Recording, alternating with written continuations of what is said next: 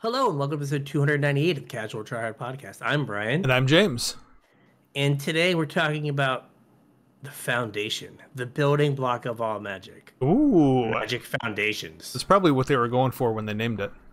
Yeah, the building block of all standard for the next 5 years. 5 years. Foundation. Such a long time. Yeah. So when Foundations finally rotates out of standard, this podcast will be 10 years old. Gavin will be like 9. Crazy.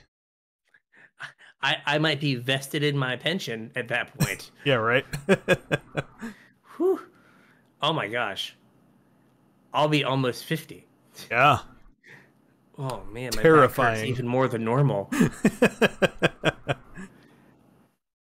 So what do you do on Tuesdays? Well, I'm a 50-year-old man who records a podcast about a children's card game, ages 13 plus. That's right. I've been doing it for a decade. Yes. So is it like a big deal? No, not at all. Hundreds of listeners. That's right. Hundreds of downloads every week. Hundreds of downloads. Hey, I think someone subscribed to the podcast and just set their phone to download all the episodes because we randomly had a day where there were 400 downloads. Oh, yeah? Someone just download everything. Every episode. Thank you very much. Our metrics appreciated that. So, yeah, this week is going to talk kind of the basic stuff from Magic Foundations, and then probably do some spoilery talk next week, and then things might get weird as yeah, we got a tough couple weeks coming up. I'm on vacation and you're moving across country again and buying a house and relocating your family and but I could always record it back at the old house and just use AirPods as the as my mic. I mean, if that's what we're doing, we can do it on the road, buddy. Oh yeah, I could just I don't know, behind the wheel of the big rig. Just on my phone, Oh man. I mean, you only need 2 hours worth of internet. Very true. Very true. Are you going through it? Hit pause. I'm going through a tunnel. All right. So, if you want to reach out to us on social media, I don't know, give me tips for moving cats cross country in a U-Haul. You can hit us up on social media, Twitter, Facebook, Discord, or email. All those links are in the description, or X or whatever. Benadryl. Lots of it. Yeah. Dose them right up. Sleep for 22 hours. Yeah, let's go, cats. We'll see.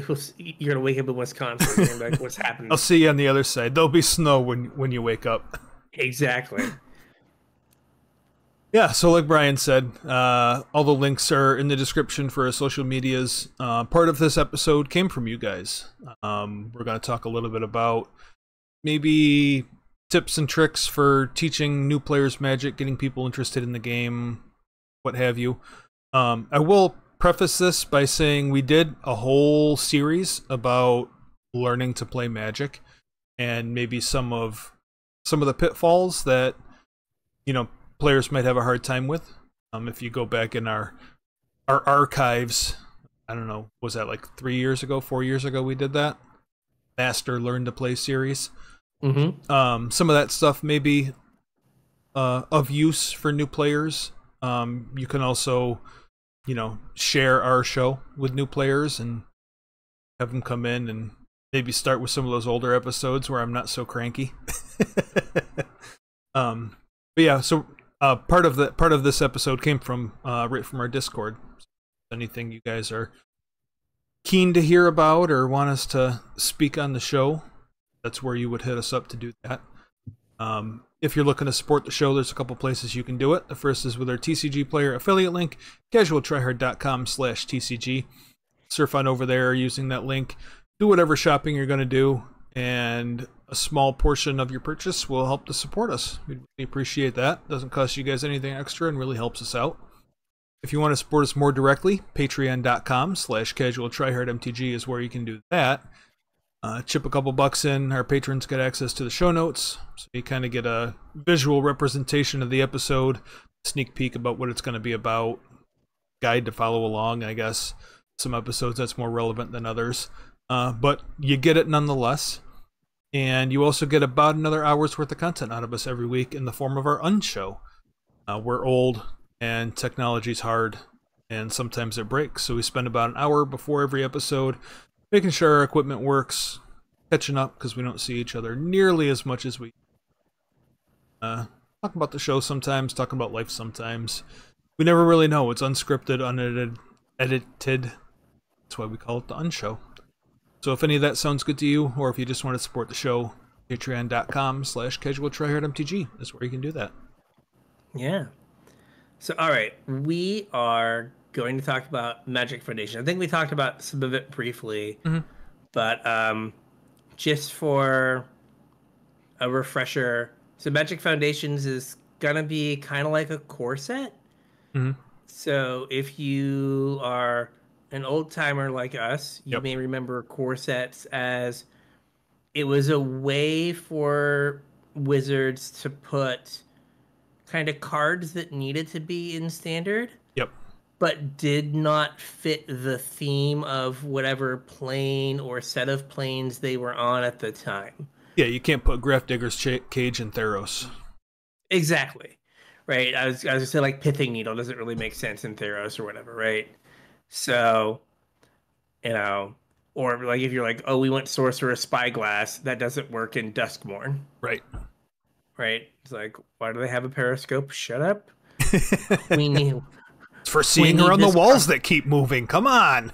Yeah, we need this in standard. So it gave them a way to try to like balance standard, and like be like, okay, we can like have this deck that might be good for a while, but then we can like put in like, a foil for it, or basically put in a sideboard card. Right. And it wasn't always sideboard cards. Like we got like Golos and Elvish Reclaimer and the Cavalier cycle all came from a core set. I think they all came from the same core set. Like core 20 or 21 was like wild. Yeah. It just was like leftovers from the first Modern Horizons that they didn't know what to do with. In the core set with you. Yes. Like someone just like didn't want to do their homework, and they were just like, "What were the cards that you guys didn't put in the Modern Horizons?" Sick. Yeah. Let me copy your paper real quick. Exactly. I mean, another thing that core sets used to have was, I don't know that we're gonna get them with Foundations here, but they used to have like hate cards, right? So there was typically a cycle of like color hosers, where there was a blue card that didn't like a red card, there was a white card that didn't like a black card, things like that. It was also Magic 20. I mean, that's going back like decades. That's old timey, yeah. But like Magic 20 gave us Aethergast and Veil of Summer. Yeah. And then the white one that was like destroy a red or black thing, gain life. Yep. Was the red one was it like a knockoff Combust? I don't even remember. I don't remember. So yeah, some of them are more memorable than others. Yeah. We named the ones that like were main deck playable for a standard season. Right. But yeah, they usually would have something like that, and they would also have like sideboard cards, and like kind of one of the hallmarks of them was, unlike Foundations, which is going to be released here in November, they were typically released in the summer, and they were typically like less complex, particularly like in the draft format. Yep. Where like they were very like nuts and bolts, like attacking and blocking, like played to the board, creature focused, and like we're a little bit more on rails. Yeah. Than some of the, I guess to use the old terminology, the other expert level sets. Yeah, I mean, I think we've complained on the show a bunch of times, and we're not the only ones, about how verbose Magic cards have gotten over the last however many years. And and core sets are kind of a way to reel that back a little bit. I'm assuming Foundations is going to be the same way. Hopefully. Yeah. Some of the unofficially spoiled cards that we've seen aren't the giant paragraph cards that you typically see. And in some of the spoiled cards, to kind of let you know where this set is, like in terms of who it's targeting, um, the keywords have reminder text. Oh, okay. So I didn't realize that. There was a card that I saw that had that had vigilance and it had reminder text. Oh, wow. Okay. So that is kind of where they're like trying to get new players. So just looking at again like random website. What is this? This is magicspoiler.com, which I've never heard of before. Right. Until today. But they had this card, Prideful Parent, is a 2 and a white for a 2/2 cat. It has vigilance, and when this creature enters, create a 1/1 white cat creature token.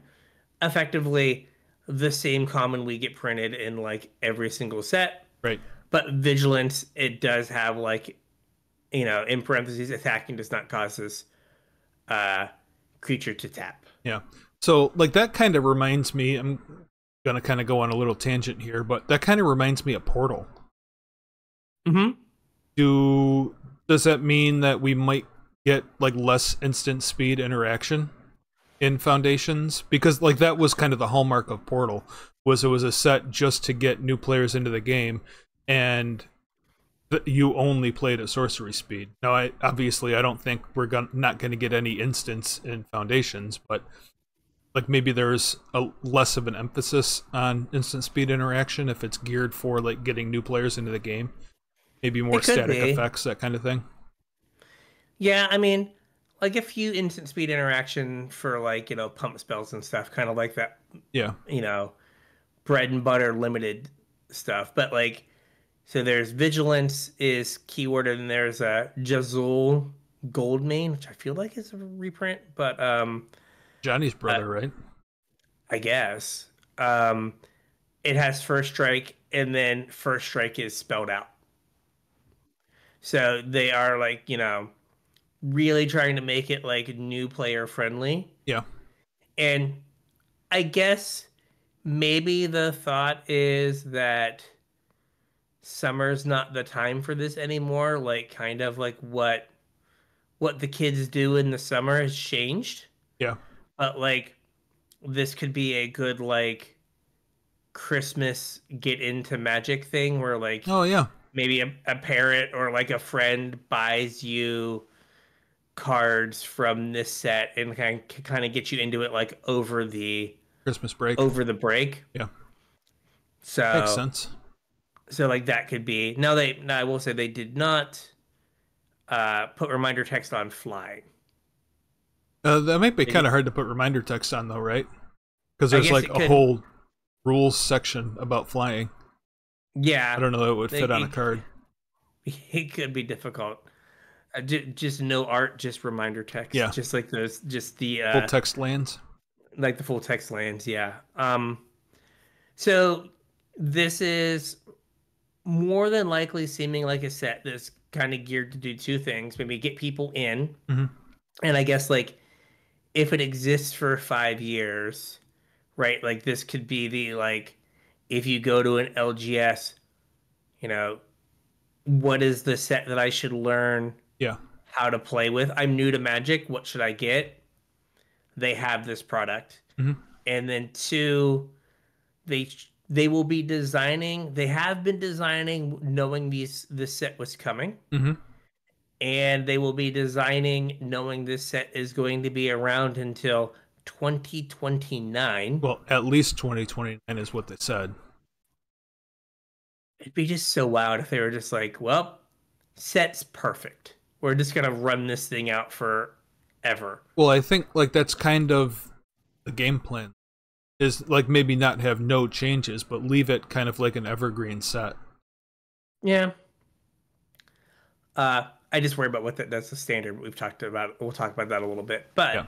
uh, and so they know kind of what safety valves they were able to put into the set Hmm. in terms of, you know, Tormod's Crypt, Pithing Needle, Grafdigger's Cage, Right. uh, color hosers, like those sort of things, Hmm. so that we can like actually, um, so like that they know what they can kind of put into standard and what they can't, because there are these, they know they have these like safety valves and things already built in, so that could be good. Hmm. So, the pre-release for the set is November 8th through the 10th. Yep. Which means, I mean, we're trying to figure it out in the unshow, but like previews should be starting now. Or I did randomly see someone on my magicspoiler.com who said, when do official spoilers begin? And someone said, spoilers happen 2 weeks before the pre-release, so like the So, 21st, okay, so next week. next week probably. Yeah, so this Friday or like next Monday would be when it would start. Yeah. Okay. And then it looks like Arena's going to release kind of like what they have been doing, like 2 days after pre-release. Mm-hmm. And Magic Online will be the same time. Um, and that's probably all the relevant dates we need to go over. Yeah, well, and then the set officially comes out on the 15th. Well, sure, but whatever. like, does that even matter anymore? Yeah, it's not like there's like an SCG tournament Right. or like some big GP that like you're desperately like buying cards for. Yeah. So, So how do we, like, how are we going to interact with foundations? I mean, probably the same way as most sets, unfortunately, which is probably some arena drafts. Okay. And the This is true. right. I guess that was a poorly worded question then.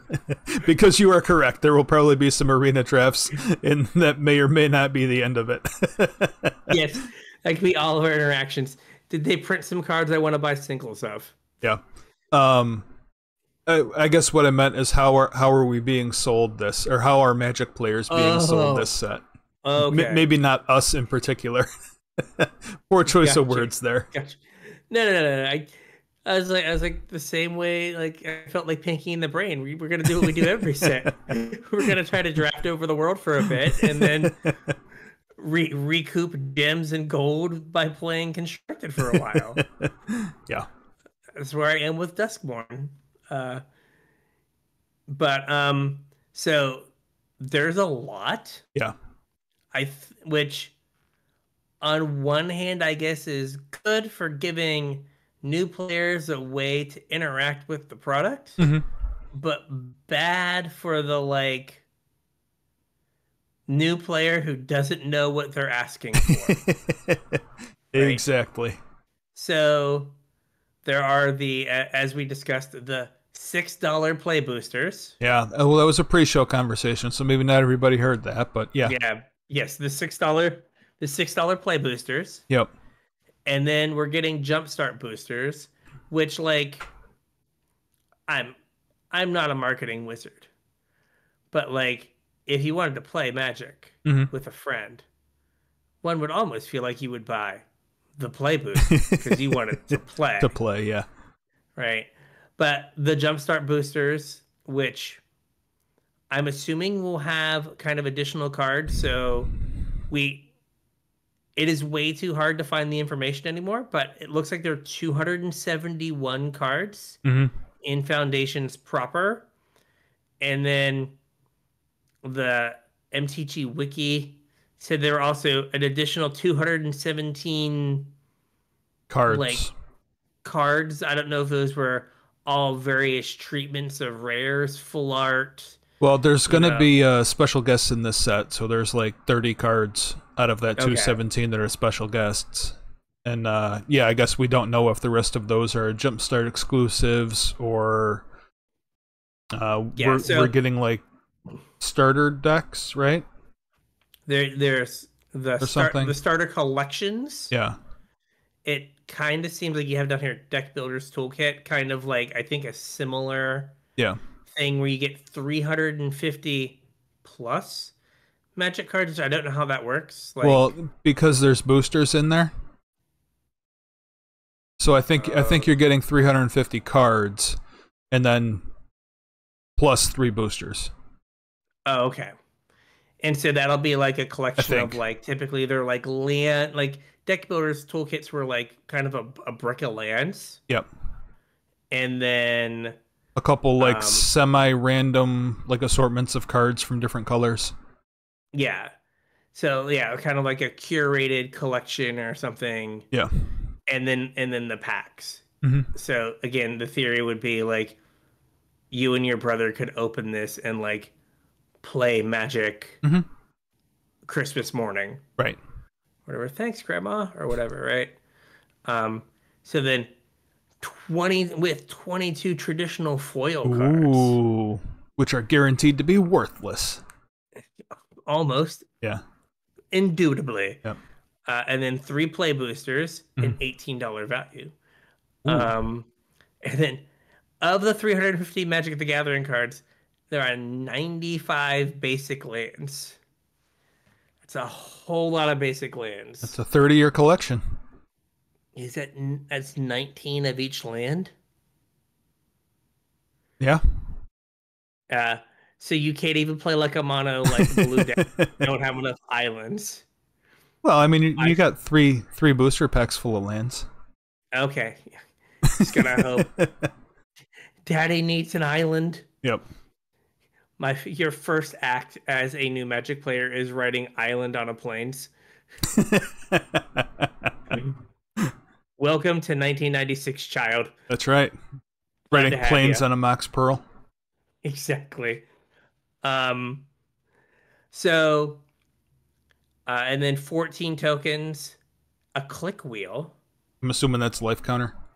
Yeah, and then a how to build a Magic deck booklet. So I'm assuming that like they probably have like a here's like a blue black deck, and then here's like a red green deck, kind of like out like layout thing. Yeah.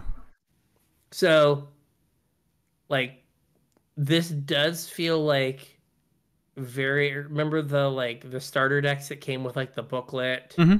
or like the other things that were like, kind of put this deck together or whatever. Yeah. It kind of feels like that, or like here are upgrades you could make. Yeah. That the upgrades were all made by like a drunken monkey and a typewriter. What? Who on earth Why would would do I? this?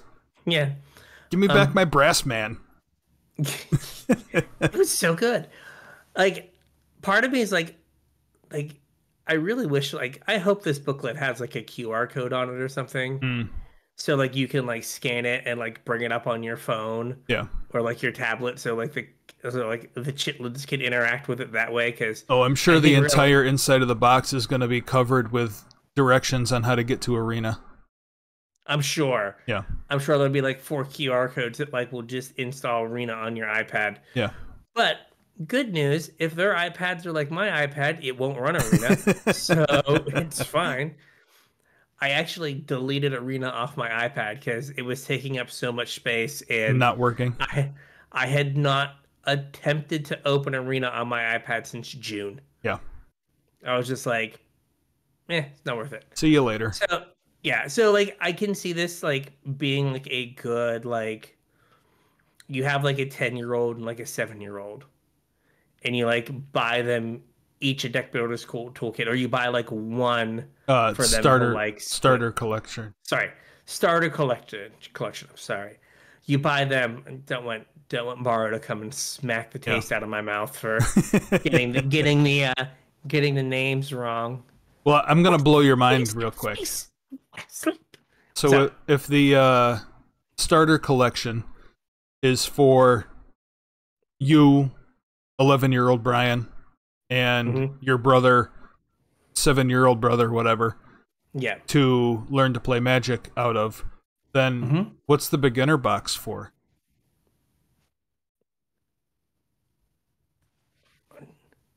So the beginner Bless box.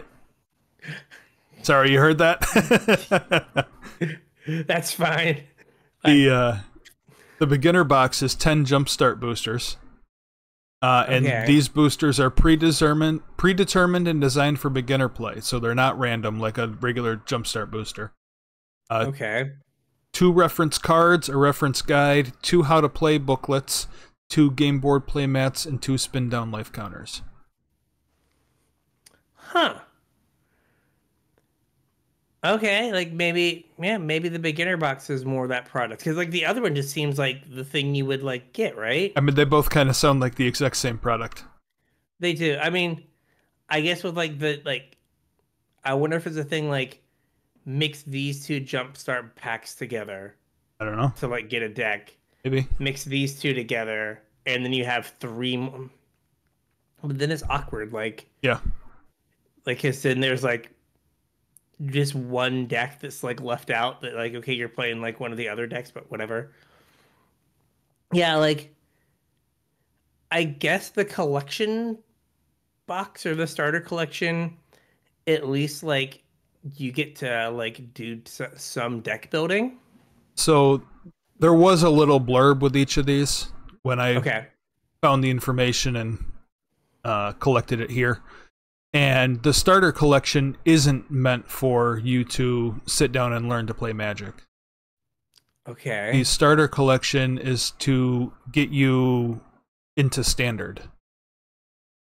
Specifically. Sure. Like building a deck to show up to FNM to play Standard. Gotcha. So I don't know how that changes like what the product is. I don't know if there's going to be like that 350 cards, if there's going to be better cards in there, or things that Wizards is expecting to see play, if they're going to be like auto includes, or I really don't know. But that's how it was described. Okay. I did not read the blurbs. I'm just coming in blind. Yeah, I didn't have the blurbs here because like I wanted to have this conversation. I thought it's really strange that you have one product, Magic Foundations, that is, geared towards teaching people how to play Magic, and then also have overlapping products within that product that are all trying to do the same thing. It just seems really strange. Or like doing different things, right? Like the starter collection is don't learn to play Magic with this.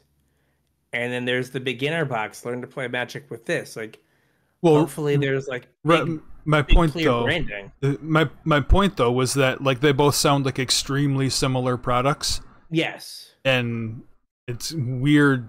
I don't know. Like that was part of the problem with core sets all along, was that they were uninteresting for most people and just kind of got like run over by other sets. And it was hard to make them stand out. So it seems like in the same product, they're like doing the same thing internally. Yeah. I know, it's just strange. Like, it's very difficult so apparently this set's like going to be close to 50% reprints. To make a set that is half reprint, something that is going to be interesting and marketable to the group of people that you need it to be interesting and marketable to. Yeah. Right? Like, how do you get you and I that already own 5 Omnisciences to be like, I gotta buy this set because I might get an Omniscience. Yeah. Right? And then I think then you kind of maybe run into like the Magic 20 issue where that set was turned up too far. Right. And was a problem. But then also like get new players, and like it doesn't seem like it is clear in the branding and the marketing, at least as someone like flipping through this. And it might just be because like we kind of have like some residual knowledge of like, if you were going to buy something, what is the thing you buy for the new maybe like the beginner box like jumps out and it's like, okay, beginner box, I guess that's what I buy. Yeah. Timmy and David so they can learn how to play. Yeah. But yeah, I guess like hopefully like you get a couple jumpstart games in and then you're like, okay, let me like put these together in a different way. Yeah. And do the jumpstart I've opened so few Jumpstart packs. Um, do they like have the like deck list like on the little card that says like No, zombie or whatever? no, because traditional jumpstart boosters are semi-random. Okay. So even like if you got a black Oh, that's right. cats deck, you can have different rares and different uncommons in the black cats deck. Yeah, because like the elves deck, like you had like Yeah, whatever percentage to get an Allosaurus Shepherd. right. Yeah, because like like hey, like you play this, and then like it'd be nice if you could like take your blue black deck apart Yeah. or whatever, and then So like they might do that with the beginner box because it says that the jumpstart boosters in that are predetermined. okay, So I don't know if that means they're going to be 10 different boosters that are available in like a jumpstart booster box. mhm. You know what I mean? Like there might be Yeah, 30 different jumpstart boosters that you can get in a booster box of jumpstart, but like maybe these 10 predetermined ones are separate from that and have like deck lists with them. yeah. Um I mean, it again. I'm probably thinking of this from like a enfranchised player point of view. It may not matter for again, little Tiny Tim mm, and David or whatever to like either play the same games or just like pick the cards out and just smush them together, and they don't care if they get like all of the zombies in with yeah. their like from their zombie cat deck. If not all the zombies make it to the zombie goblin deck Yeah. or whatever. Like they're like whatever. I'm having fun. Mhm. So I mean that's fine. So But there again, are like oh god. as I say, this game board playmat, which I assume is just like a crumpled up piece of paper, Yeah. uh, better better have a QR code for like Mhm. here's how this stuff works. Like Yeah, I should hope so. you could very easily like they used to do the learn to play decks that Mhm. were like they're like don't shuffle it the first time and like kind of like go through. Yeah. Oh, you're going way back with the videotape. Yeah, but like they could do the same thing like on YouTube. Like they Mhm. could just have a video that, like okay, hey, like here's how this is gonna like we're just gonna like walk you through the first few turns Yeah.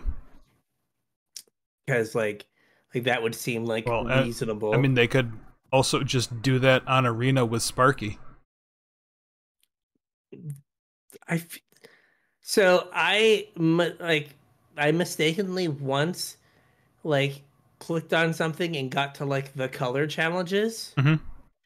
and this is like trapped in a hellscape of like having to complete some tutorial Yeah. and I feel like they do a little bit of that Yeah. with Arena, but like just something so that like you kind of like have it explained to you. Mhm. Uh, but um, it should be. It is good that they have an onboarding product. Mhm. No, I agree. I'm ass- I'm assuming that they are looking at things and we're like, we're not getting any new people Right. because we haven't had a product to onboard people. Right. Our summer set is like has been like, are you enfranchised? Mhm. How enfranchised are you? Right. Are you enfranchised enough that you want to play with Ezio? Right. Are you enfranchised enough that you want some Tolkien in your life? Yep. Are you so enfranchised that you're bored with our IP and would you like others? Has been like the Somerset Can I for a interest you while. in a TARDIS and or super mutants? Yeah. I have broken my like magic cards in the cube thing. Like I just been like not buying any cards, but like updating the cube. But I have like uh some red green enchant land that's called Bigger on the Inside. And like you enchant the land, it's like 5 mana. Then when you tap the land, the next spell you cast gets Cascade. Ooh. I was like, okay, that sounds like fun. Yeah. And then like I have like some Warhammer card that's just called Abhorrent. It's like, okay, I'd given up. Yep. Like, Whatever. um, if they're good enough for LSV's cube, who am I to argue? Fine, I'll play Necron Deathmark. Fine. Yep. Um, All right, so I got two more things about the product itself, and then we can move on to some Gotcha. learn to play E stuff. The first is, I know I mentioned it in the pre-show, unshow, but for some reason, for this set that we're gonna have in print for at least 5 years, we have collector boosters. I mean, How such a collectible is a rare- thing that you're printing for 5 years? yeah, are collector boosters, are they a limited print run, or are they just like a forever thing? No, usually they're a limited print run. They print a number of them when the set first releases, and then they're gone. But like most of what's in a collector booster, you can open in a play booster, just at much lower rate. So, like, why open a collector booster if you're going to be opening the same cards for 5 years? Yeah, like it's just going to be a thing that is presumably going to be like a staple of like Friday Night Magics, or like some sort of learn to play thing at like an LGS. Is just gonna be like doing a draft of this for the next 5 years. Yeah, like, ooh, I got like the cool sick foil. There's gonna be so many of that sick foil opened. Like, right, maybe the collector booster exclusive stuff, but I know, just briefly talking to the Jacob at his store. Mm-hmm. At this point, some of the regular non-foil printings of cards are actually worth more than the foils. It's not surprising because of just how many get open. Because every collector booster has to have like 7 foils in it, right, or whatever. So yeah, like I would not be running out for like collector boosters of this set if it's gonna just be opened for literal ever. Yep. The other thing, going back to something that you mentioned in passing a few minutes ago, is you said that there wasn't a product for onboarding new players. Mm-hmm. Do you know, or do you remember the last 3-4-ish years, what the recommendation to onboard new players was? I don't, but I'm going to take a guess. It was like make them download Arena and give us... No, it was to have them number? play Commander. Oh, Jesus. Yeah. So a singleton format where literally anything goes with every mechanic in the game. That's how you're going to learn how to play Magic. Where you start the game by politicking. Right. May I introduce you in a Rule 0? Yeah. What? So do you notice anything missing from this roundup of products? Oh, we don't have foundational commanders. There are no commander decks for this product. Which is good. Yep. Which is good. I mean, that would just like really muddy the waters onto like, what are you supposed to buy? Right. Oh, this game you need a deck to play. This thing says commander deck. Okay. This one has a commander. I want the one with the commander. Yeah. Just confusing them. Yeah. So that's good. Yep. That's good. Yep.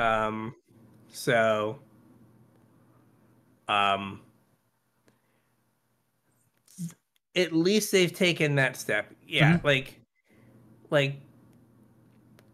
learn how to play Magic by playing like I said, a singleton format for like an hour and a half. Yep. Like just learn how to draft. Yeah, learn how to draft is probably the best way to do it. Yep. All right, so speaking of learning, this was what we had a special request for. Okay. Teaching Magic, or I don't know if teaching Magic is the right word, but tips and tricks for playing with new players, I will say. Okay. And like I specifically asked for some input because I think everybody listening to this knows my feelings on the game within the last 5 or so years, and I'm probably not the best person at this point in time to be teaching people how to play Magic. So I asked for some suggestions, and I have a little bit of input, but I only got one suggestion. So we can cover that real quick, and then Okay. maybe have you chime in, or I'll chime in with some other things that we might think are important. So there were two things, but they kind of go hand in hand. And it is to be polite to other players, especially new players, and not talk down on them, and to forgive mistakes. And I think those two things really go hand in hand. Obviously, you should be polite to everybody. Like, there's no point in being mean, especially to a new player or somebody that's obviously frustrated learning arguably the most complex and difficult strategy game there is. Yeah. People are going to make mistakes. People are going to get frustrated, especially when you're new. So just being understanding of that is definitely important. However, the example that was given here is to rewind a game if a mistake was made, instead of like calling for help. And I don't know if I 100% agree with that. Like, I understand. I think I understand the sentiment of like people kind of feel bad if they get a judge called on them, but like kind of ripping that band-aid off. Well, be like, this is how things operate. So like realistically at an FNM, like there's no reason for there to be a judge any longer. Maybe at one point in time when there were 60-man FNMs and like every FNM was just gearing you up for the weekend's tournament, but those days are long gone. I don't know. I can't think of any game stores that have like actual factual judging them anymore. Like maybe a judge is at the event playing, but I don't know that. I couldn't tell you the last time I was at an FNM that had like a judge in uniform judging. Yeah, God. Like, I used to be the level 0.5 judge. I might be a level 2.5 judge now. But like I think I didn't copy it, so I might be getting the circumstances wrong. But I think the example was like if a mistake was made like multiple turns ago, like just rewinding it, and that's like not something you can do. It's like super duper hard. Like, yeah. I think that the if your opponent does something like uses a combat trick, right? Like, you could be like, hey, like if you do that, like this thing, like my creature has first strike. Is a 4/4 first striker. You use your giant growth. You have like a 5/4, your thing still dies. Right. Are you sure you want to do that? Yeah. Right. Like, or like if you forgot to draw your card for the turn. Like, but you can't be like, oh, that thing should have died 3 turns ago. Yeah. Like too much. Like too much has changed. Has happened. Yeah. But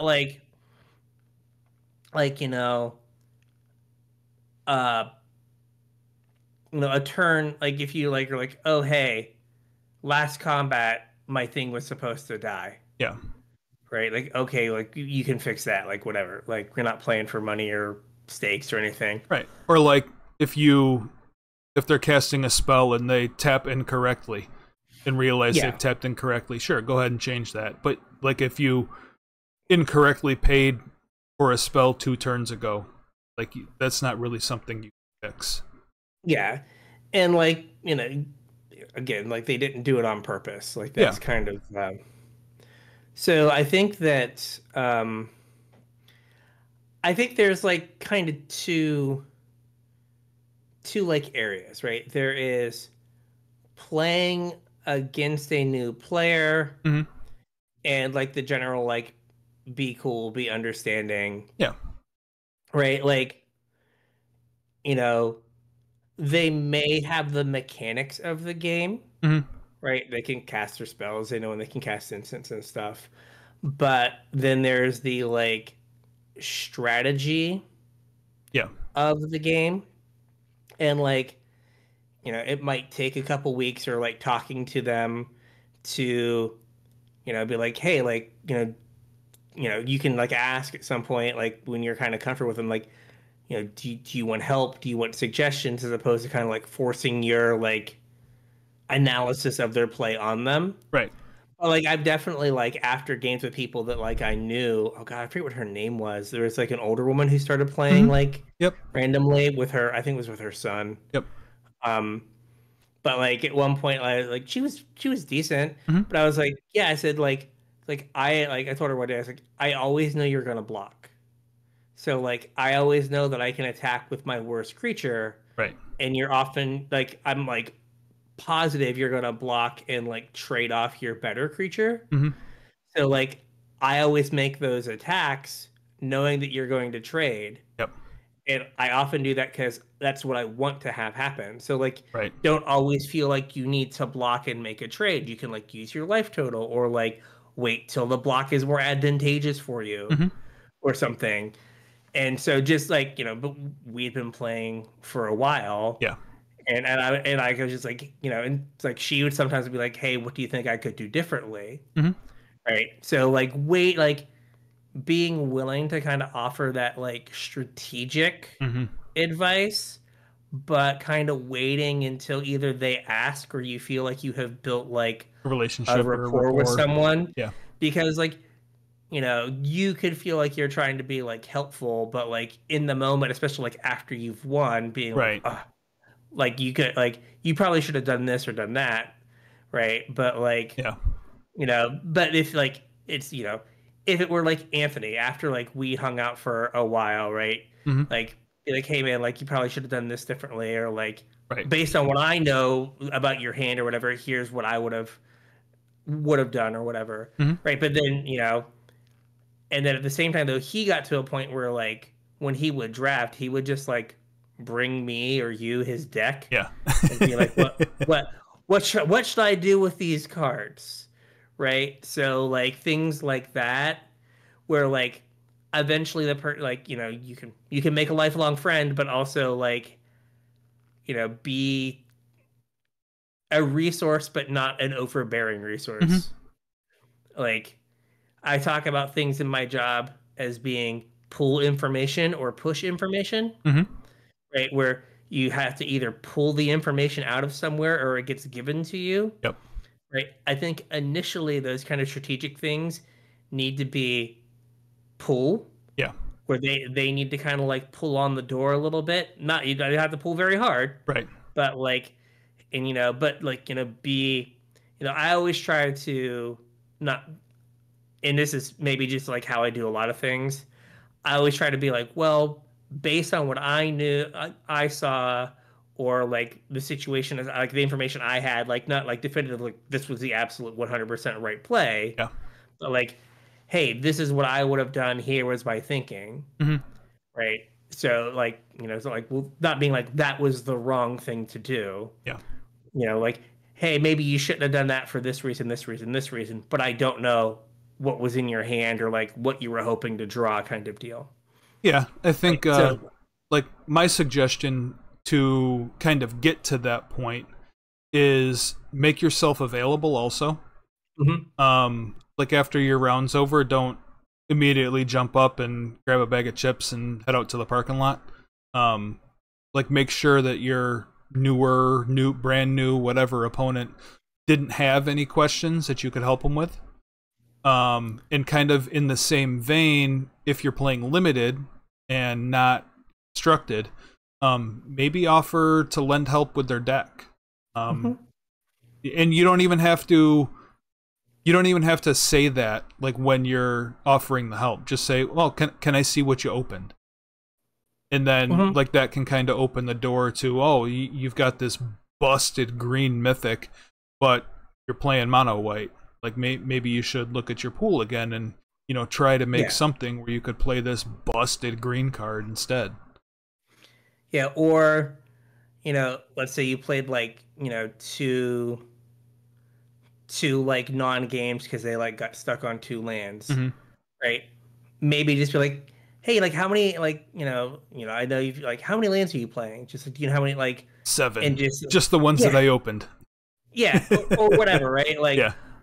like 15, and just be like, like, the normal number is this. Maybe you should think about, like, maybe cutting some of your like worst cards, and especially after, like, two like non-games where they like stared at like 4 or 5 drops in their hands and like Right. weren't able to cast anything, people will often be a little open to like, oh, I'm not like you don't think I'm playing enough lands or Hmm. something, and like again, it depends on like how well you know the person, Right. but just being able to be like, hey, like, can I look at you like look at your deck or something like, or hey, that was a neat interaction, like what else do you have going on? Like you can just like look or whatever. Yeah.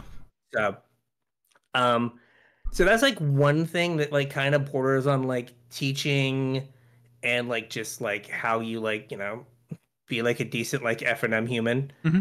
which I have not had to do for a long time. I just have to hope I'm a decent human now. Um, which I have my moments yelling at my arena at my computer screen from time to time. Um, but I think that like the like teaching someone how to play, Hmm. like if you're starting from like basically nothing, Yeah. is it's it's kind of like layering complexity where like you kind of start with like, okay, here's how like a turn works, Yeah. and like your deck is, you know, let's say all creatures and like a couple spells, and like learn how to like cast spells Hmm. and attack and block, Yeah. and then like, okay, hey, we're gonna put like more cards in, like we're gonna put these things called instants in your deck, and you can cast them whenever, and then like kind of work through the mechanics of that and just kind of like slowly like add a little bit more complexity, like make sure they've kind of grasped like, you know, attack the mechanics of attacking and blocking, right? Yeah. Like it's like not the time to put in, your like Duskborn uncommon that has like a paragraph on it. This Yeah. is like, some first strikers. Delirium. If this Yeah. attack, do yeah, Yeah, whatever. give it +2/+0 and menace. Like this is like, you know, flying reach trample Right. first strike and like figure those things out, and then you like, okay, well now menace does this and this is how it changed, like like slowly like give them a little more and a little more. Like you're not gonna like teach them how to play in like an hour. It's probably gonna be like you spend some time one day and hopefully they have fun, and then like a couple of days later or the next week they're like, hey, can we like do more? I want to like learn how to do more. Or like, hey, I like went and watched like a learn how to play video, Hmm. and like I didn't understand how this worked or whatever, right? They're like, if they enjoyed it, they're gonna start like coming to you with like more stuff, but you just kind of have to go like slow and like get them through a turn, get them through like attacking, get them through like Yeah. blocking and like understanding that. And then you can be like, okay, now you have priority. Now you get to do this. It's like just get them through like the basics. Hmm. I think I'm not sure that that's particularly where this question wanted to go. I think they were more Yeah. talking about like playing alongside new players than like Yeah. teaching somebody the game from zero, because I mean we could do months worth of Yeah. episodes on teaching Yeah. people how to play from zero, but Yeah. I under like, I know when it was like, what is like, how do you like teach new players? yeah. My first thought Yeah. was like, again, you buy your kid, because I think a lot of our audience is, in the same like Yeah. looking like counting down the years to the blue plate special. Um, and they're way closer than they were before. But like, how do you teach your kid from like nothing? Like you've been playing Magic since you were, 14 or 11 or Yeah. whatever, right? Like how do you like translate that knowledge to the next generation? Because Wizards has not done anything to cultivate their friends. True. Um, so and like, like maybe like the beginner box product is like good for that in terms of like hopefully they're like simple and like Yeah. you can play like a reasonable game. Yeah, I mean I think And Jumpstart in general is a good resource for that. I this is gonna maybe sound bad, but especially for like a younger kid, like there's like that fine balance of like, you know, you don't want to like 100% let them win, Hmm.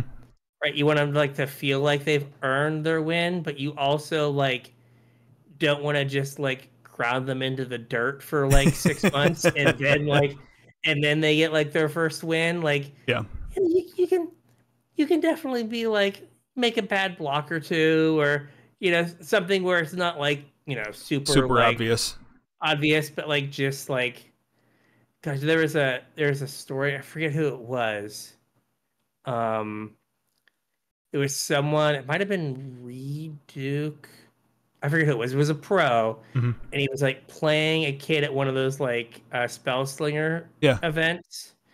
And when they tell the story, it just was like the person, the pro, like made every like didn't do anything wrong, Hmm. but made like every possible play to put their opponent in an advantageous position, Yeah. so that like they basically played the game to lose but did not make it look like they Right. were playing the game to lose. So at the end the kid got to like Beat Reed Duke or whoever it was. beat Reed Duke or whoever it was. Yeah. So like something like that where like you know they lose the first couple, but like like game 4 you're trying, but like you're Yeah. like I definitely played against Hannah a few times where like I could cast my 6 drop or I could not, and didn't cast 6 drop a time or two. Yeah. Um, right, when I was like trying to teach her how to play. So yeah, just like being mindful of like making sure that they like enjoy it Yeah. and like feel like they're making some progress, even if it's like small, like them winning or getting closer to winning, Hmm. like will go a long way to them wanting to come back. Yeah. Right? They win one and then they lose a bunch more, and they're like, "I'm gonna get you next time," kind of deal, as Yep. opposed to like they just never get to win. So Absolutely. like just like making it like just kind of being in it for the long haul. Like, it's gonna take a while, and but then you get like the cool stories like. I think I've told this on the podcast before, like Sam Party talking about Sam Party started reading at 4 Hmm.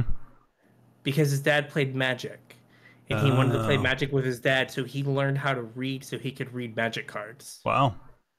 right? And so like you get like cool stuff like that where it was like, oh, this looks cool, I want to learn how to do it, and Yeah. like hang out with my dad or whatever. So that's like a cool thing.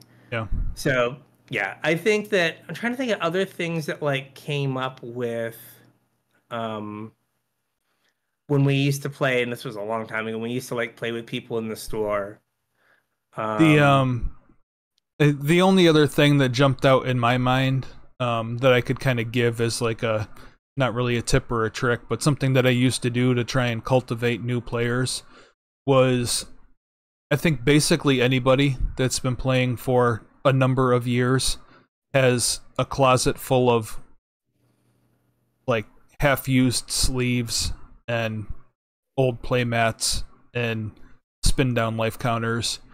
And I know every time I used to go to a pre-release, I'd load up like a goodie bag full of just like random stuff that I know new players aren't gonna have, but that I don't have any use for.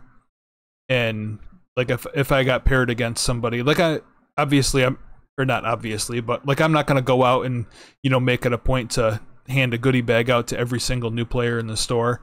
But like if I was paired against a new player, or if a lot of times the shop owner would call me over to help a new player out, and mhm. like in that situation, I'd run out to my car first and grab a play mat and a handful of sleeves and like give them to them, just because Yeah, or it like makes a good memory for them, like their first night yeah. out, met somebody that was I mean, I remember when Cameron gave me my first playmat. yeah. I had that for a while. I did eventually give it back to him, but I had that for a while. Yep. I or like if someone's been there for like if they've come for like 2 or 3 weeks, Hmm. right? Then you're just kind of like, hey, like, or like, hey, like I have an extra playmat. Do you want to bring it next week? Yeah, Right? And then you get them on the hook to come back for the next week that's for the right. swag. Yep. Um, I mean, I I think I got rid of all but like 2 of my playmats because I had like a giant stack of Yeah, I still have a giant playmats. stack. I think I sold them for $1 a piece Yeah. They were like, I don't know if I really want these. I'm like, I know I don't want to take them back. So let's like do something. There's like 20 of them. Let's give me $1 for each of them. Fine. So like, right, like just like yeah, because like they're like now that store has something that they can be like, here's this like playmat, and I know Yeah. like it cuts into their like normal playmat business, but you got to get someone like hooked before you like sell them the good stuff. Right. You know what I mean? Thanks for the free playmat with like the random art of something I don't know, and it says Charlotte 2015. It's double hierarch. Um, but I want this other cooler playmat. Like, okay, cool. Noble Hierarch's Um, cool. yeah, Back in my day, Noble cool. Hierarch was cool. That's right. Um, I have this playmat with Lily on it and Chandra. Put it away. Put it away. You're getting kicked out. Put it away. Put Let's it forget away. that one ever existed. Where'd you find that one from? That was supposed to be my closet. Exactly. I was supposed to leave the stack. But yeah, like just like helping them like like here are the things that you're gonna need, like Yeah. kind of things. So and like every store handles to some degree handles pairings a little differently. I guess Oh, now for it's a little sure. more uniform with like the I think you can still manually pair, though, even with the companion app. yeah, but I like think you can manually pair on the back end. or like being able to be like, yeah, look, Mike always sits in that chair. We can't get him to move. You have to go to Mike. So if you pair with Mike, you got to go Yeah. over there, kind of like, just kind of like what is the shop etiquette Right. for this new person, so they feel like a little bit more Mm-hmm. involved or like a little bit more accepted. Yeah, man, we had a guy, there was a guy, I don't think he played regularly, but there was a guy at our store that only had one leg. And he would, Mm-hmm. like when he played, it was just kind of understood that like you were coming to him because he couldn't move around real well. Yeah. And like if you were new, you wouldn't know that like Right. what was his name? I forget what his name was. Anyway, but yeah, you would just like, okay, you're going there. Jeff? Yeah. Yeah, Jeff, that's Yeah. it. Um so yeah, just like, things of that sort, just like kind of like, like, hey, don't leave, like you got it, like, hey, you won two games tonight, like don't leave, like Mm-hmm. there's prize support or whatever. Yeah. Like just little things like that. I guess I do have one more. We're about at the end of the show here, so I'll make it quick with like one more suggestion. Is I think in general, like our audience isn't super. It's not the most enfranchised out there. Like we're no, Jerry T podcast or whatever. No. And I know that we do have a lot of listeners that aren't like super duper enfranchised, but that appreciate our point of view. So I think the last recommendation that I will have is don't be afraid to ask questions. I would imagine just about every game store on the planet has a James or a Brian or a James and a Brian.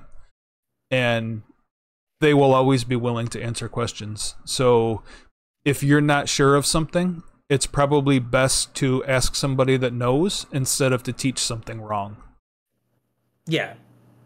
Exactly. And in that same point of view, or in that same vein, if you like ask someone and you have a poor experience, Mm-hmm.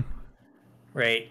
Don't just kind of like write off the game or that store, Mm-hmm. because you can find someone that will be better or like treat you better. Mm-hmm.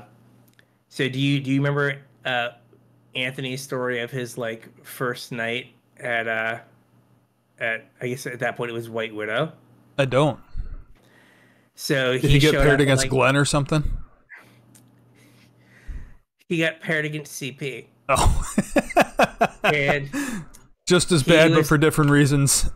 he was just trying to make small talk. He's like, so what do you do? And CP looked him dead in the eyes and responded, I sell drugs. Yeah. And he was like, wow, maybe I'm not supposed to be at this store. To be fair, Maybe CP was a good dude at least. He was. Yeah. I mean, when I first went to the store, it was Oh, what do they call themselves? As something or other mafia? Los Mob or something. Los Mob. That's Yeah. it. And like the Luck over first time skill. is that what it was? Yeah. Okay, I did not know that's what I didn't know it was an acronym. Yep. Um, but I just remember thinking like, man, nerds are way harder than they used to be. Yeah. So Tat it all up and yeah, exactly. It was just a very like matching but, flat like, brimmed hats. But like, you know, Anthony, like I think Anthony, like I forget who we talked to before that, which is kind of like an interaction, Mm-hmm. and then he kind of got stressed out by the SL drugs, and so like you know, he eventually kind of found like his like group Yeah. there, and like that's something that like eventually ends up kind of happening. But you know you might bounce off a few people. Mm-hmm. And just be like, okay, like that is not like that is not the group for me, Right. right? And there's hopefully someone that you can like get help from or help and like kind of make that good for them and good for yourself. Yep. All right. So with all that, I think we got a show. We got a show. All right. So if you have hopefully there's some Foundation spoilers for next week, but if you have or anything limited archetype something if you have Yeah, hopefully we'll get any, either mechanics or limited archetypes for next. yeah, if you have any show ideas, any suggestions, reach out. Facebook, Discord. X gonna give it to you. Email. Say hey. I was trying to answer stack questions today. I saw that. Yeah, Discord, I think I ended up being right. Yeah, so, I think you were right. Yeah, I was just trying to remember how priority worked, but yeah. So there's so like we'll like answer questions from time to time. So yeah, come in, say hey, give us some suggestions. Absolutely. Also keep in mind that there may be some scheduling weirdness coming up. I'm not 100% sure how we're gonna work it out, but there may be a week where we don't have an opportunity to record. We'll kind of play it by ear and see what happens, but just bear in mind that there may be some weirdness coming up. If you want to support the show, there's a couple ways you can do it. The first is with our TCG player affiliate link, CasualTryHard.com/TCG. Surf on over there, do your shopping, support the show at the same time. We would appreciate it and doesn't cost you anything extra. If you want to support us more directly, Patreon.com/CasualTryHardMTG is where you can do that. There's tiers up there. The tiers don't really mean anything. Chip in whatever you feel like. That is A-okay with us. In return, you'll get access to our show notes, so you get a sneak peek about what the show's going to be about that week, and you get access to about another hour-ish of content out of us every week in the form of our unshow, completely unscripted, unedited, whatever's on our minds while we're making sure our equipment works. We pipe it right into our patrons' ears, and they love it. If that sounds good, like I said, patreon.com/CasualTryHardMTG. Chip a couple bucks in, support the show. Yeah. So with that, we'll catch you on the internets. We'll catch you on the internets. Yay.